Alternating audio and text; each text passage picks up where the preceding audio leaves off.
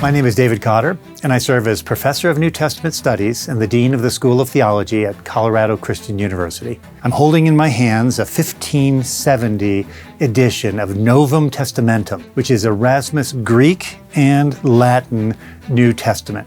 This work was first published in 1516 by the famous printer Johann Froben of Basel, and at the time it was the first printed edition of the New Testament in Greek. Before that time, every Greek text had been copied by hand, which meant that possessing the scriptures was expensive and rare. This 450-year-old volume was the first edition to include versification and commentary notes from Matthias Flacius Glossa Compendiaria. This edition of the New Testament was the first widely available and relatively inexpensive tool for theologians and pastors to systematically study the original writings of the New Testament. The editor of this volume was Erasmus of Rotterdam, who was a Dutch priest and a scholar central to the Northern Renaissance. He was known for his sharp wit, his vast learning, and his commitment to returning to the original sources of the Bible.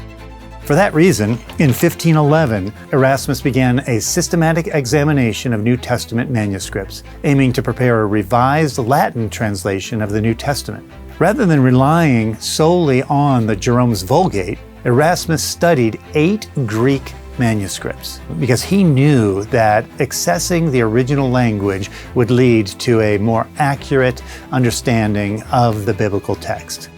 The result was a series of successively improving Greek and Latin editions of the New Testament that changed the world in profound ways. First, Erasmus' work challenged the authority of the Latin Vulgate, the official Latin translation used by the Roman Catholic Church. Interestingly, he dedicated this work to Pope Leo X, presenting it as a service to Christianity rather than a challenge to church authority. By providing a new Latin translation alongside the Greek text, Erasmus implicitly questioned the accuracy of the Vulgate. This contributed to the broader questioning of church authority that characterized the Reformation era. Second, the impact of Erasmus' New Testament on the Reformation cannot be overstated. Protestant reformer Martin Luther used Erasmus' work to translate the Bible into German. William Tyndale relied on this to translate the Bible into an early English edition. Erasmus' work was the foundation of the King James Version in 1611, which was the basis for the English Standard Version that we use today at Colorado Christian University. This 1570 edition of Erasmus' Greek and Latin New Testament